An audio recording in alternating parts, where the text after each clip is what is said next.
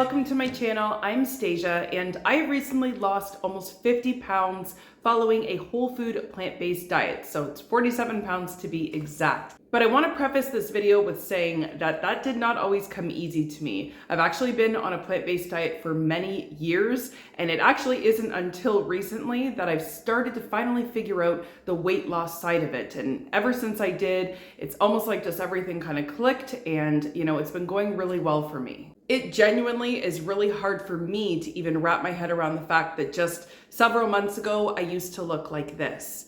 It's actually mind-blowing because I looked like that for a very, very long time.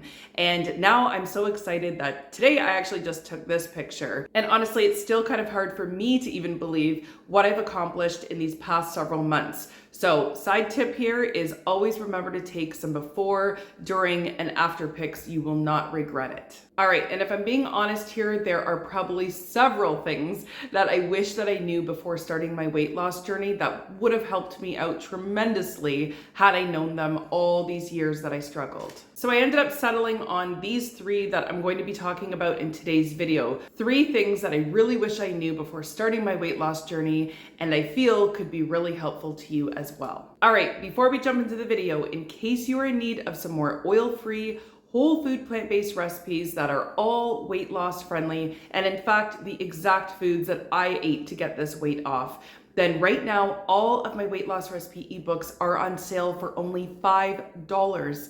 $5 to the first 25 people by the time I release this video. All of my recipes always include super basic grocery store ingredients that I'm sure a lot of you probably already have in your kitchen right now. I like to keep it simple, I like to keep it tasty, and I've had a lot of wonderful feedback on my weight loss recipe ebooks for all of you who have already purchased them. So to keep it affordable, especially in today's world with everything being super pricey, I run this sale of only $5 to the first 25 people, so that cost does not have to be an issue. Oh, and to be a little bit more specific, if you're wanting to find out the exact recipes that I was eating and a lot of them that I'm still eating to get all of this weight off, then it's my most recent weight loss recipe ebook that you'll want to purchase. In this recipe ebook, there are no overt fats, no pastas, no breads, and it's basically like a blueprint to how I got the weight off. So at any rate, if you're in need of some more weight loss friendly recipes, or you just want to find out what I was eating to get this weight off, then feel free to check out all of my books. I will have the link posted in my description box below.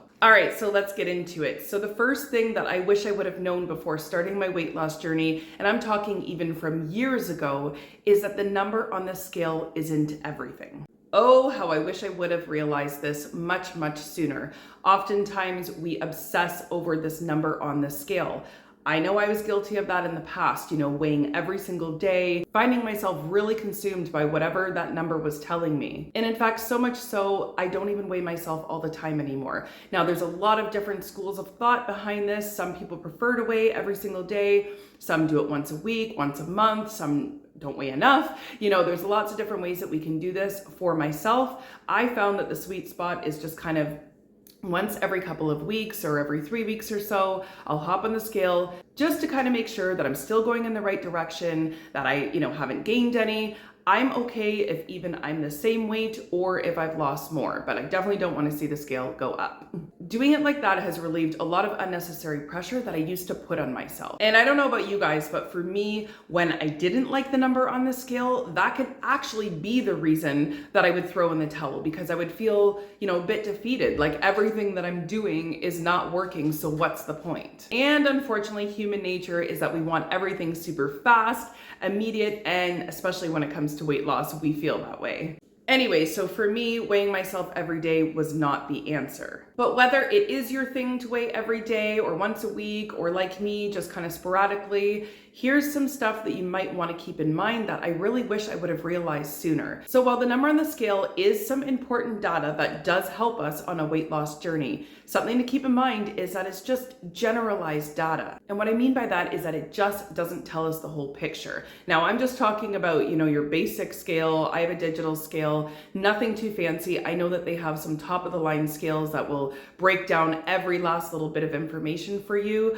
I don't have one of those, and I'm gonna guess that the average person probably doesn't have that. So I'm not talking about those scales. I'm just talking about your average normal household scale. If you're using one of those scales, then it's definitely not showing you the whole picture. Like for example, how much is fat loss? How much is muscle loss? Did you know that that number on the scale doesn't always reflect fat loss? That in fact, that number on the scale could be going down, but it's actually your muscle that's deteriorating and not that you've actually lost fat. And side note, that's not healthy or wanted, especially if you're anywhere near my age bracket or older. That number on the scale can also go up if you've just consumed too much salt the day before. Then you're gonna be retaining more fluids in your body, which can make that number go up. Or for us ladies, if it's that time of the month, or for any of us, if we're even constipated, that number can be higher. I used to give so much importance to that number on the scale, but after realizing that that number can fluctuate for so many other reasons other than whether or not you've actually gained fat or lost fat,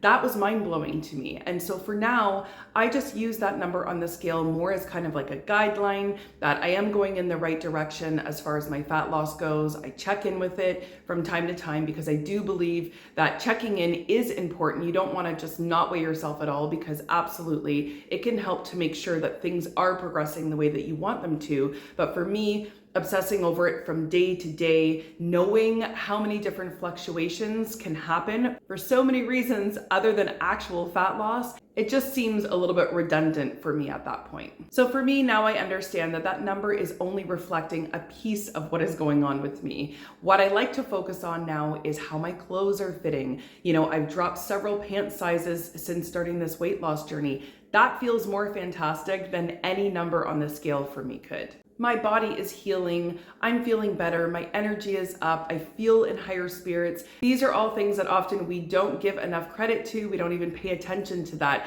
because we're so hyper-focused on a number on a scale. So for me, I wish I would have known that that number, you know, it helps us a little bit, but it's definitely not the full picture and definitely not something that I even give that much attention to anymore. All right, so I'm gonna move on to the second thing that I wish I would have known at the beginning of my weight loss journey, and that is that you are not automatically happier and that life doesn't just become euphorically perfect just because you're smaller. All right, so I'm just gonna be candid here for a second and share how much I truly believed that being smaller was the one key to my happiness. That if I could only have that, that all would be well in my world. I would just be, you know, floating day to day on cloud nine, and nothing could affect me in this euphoric state that I swore I would be in if only I was smaller. I know that there's got to be some of you that are also feeling that way right now, that if only you could get this weight off, if only you could be a smaller version of who you are today, that your life would just be amazing. Well, let me share something with you.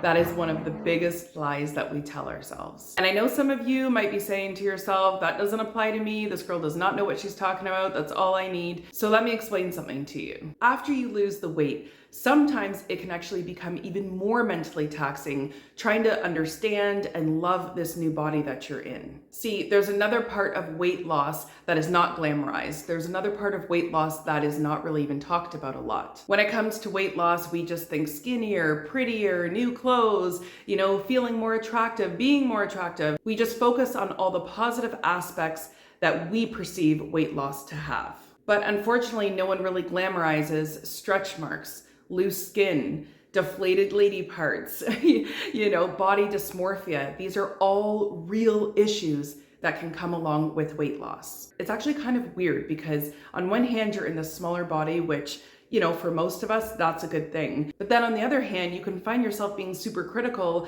of all these other new changes that are coming as a side effect to the weight loss. If I'm being honest, sometimes it's harder to not see all the imperfections than even when I was bigger. And the other thing is too, people become a lot more interested and consumed by this weight loss journey of yours, and you feel that pressure because you know that people are watching, like, you know, oh, is she getting smaller? Is she getting too small? Has she gained weight? You know, you've got all eyes on you. Whereas when you were bigger, you might have felt like you had all eyes on you when really, in fact, there wasn't, or at least not in the way that we thought there was. And of course, it's not to put a damper on losing weight because of course there's amazing things that come along along with a weight loss journey when you find yourself in a much smaller body than where you started. But my point was just to highlight some things that often aren't talked about or glamorized, and they're real issues that we deal with as your body is changing. So there is no final stop, there is no final destination. We are always going to be a work in progress. So just try your best to love yourself from day one,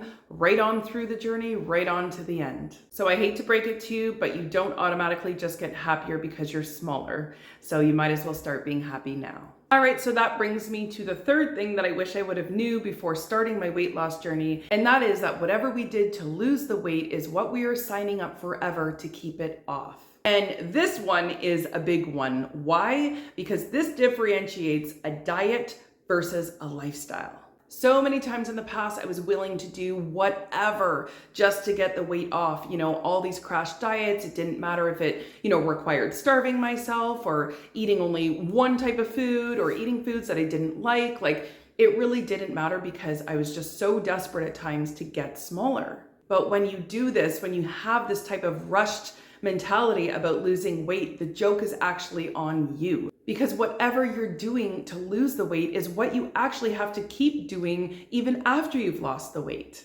I talk about this so much on my channel about how you have to love your food. You have to love your lifestyle that you're creating for yourself. And if you don't, you're going to throw in the towel. It's just not sustainable. Oh, how I wish that would have made sense to me more before, that it just would have clicked. Because now I've created a healthy system that works for me. I've figured out finally what my favorite foods are, the things that I enjoy the most, that I actually look forward to. I'm not choking down my food or eating a certain way because someone told me to eat this way or because I'm trying to copy somebody else to get the weight off. I finally figured out what works for me, and this is something that is sustainable. When you like your food, when you like your exercise, when you like yourself, it's easy to just keep doing those things. And then eventually it just turns into your new way of being, your new lifestyle. But if you hate your food, you hate your exercise, you hate yourself, it literally is just a matter of time before you can only take it so much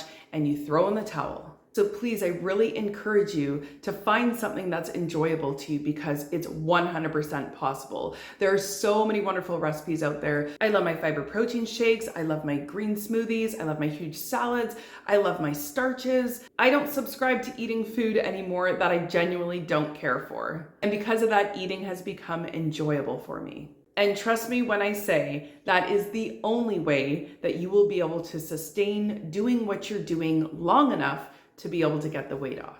All right, everyone, so I'm gonna leave the video here. Those were 3 things that I personally wish that I would have known before starting my weight loss journey, and I hope that it will at least give you a little something to think about. So if you found any value in today's video, I'd really appreciate it if you gave this video a thumbs up because it just tells YouTube that, I'm doing my job. And if you're also on a plant-based weight loss journey, and you're struggling to get this weight off, let me tell you something, you are not alone. I have been there, and I mean, I've really been there for a very, very long time. But I'm happy to say I finally figured it out, which means you can too. So if you're new to this channel and you want some more advice on how to get things moving for you, you want to follow along my weight loss journey, I still have about 25 pounds or so to go, hit the subscribe button because I'd love to have you stick around. I share all what I'm eating, what I'm doing, all of my tips, and I'm sure you will find something very helpful. And again, if you're in need of some more recipes that are going to help you get this weight off in a really delicious, easy way, then be sure to be one of the first 25 people and grab a copy of my weight loss recipe ebooks